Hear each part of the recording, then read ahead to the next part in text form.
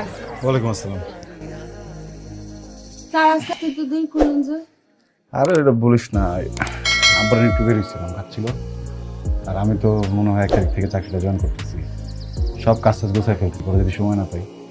আপনি চাকরি করলে তো আমার পড়াইতে পারবেন না। পরে তো মনে হয় পারবো না। তাহলে আমার পড়াইবো কে? পাগল নাকি? সারা জীবনকে আমি পড়াবো? অন্য স্যার পড়াবো। ওইটা বাইর কর। পড়া দে। পড়ছিস? হ্যাঁ পড়ছি।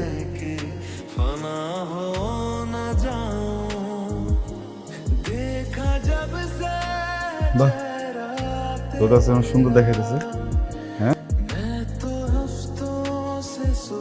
1 মিনিট স্যার। আপনার আজকে আপনার জন্মদিন ভুলে গেছেন। Happy birthday. সুন্দর।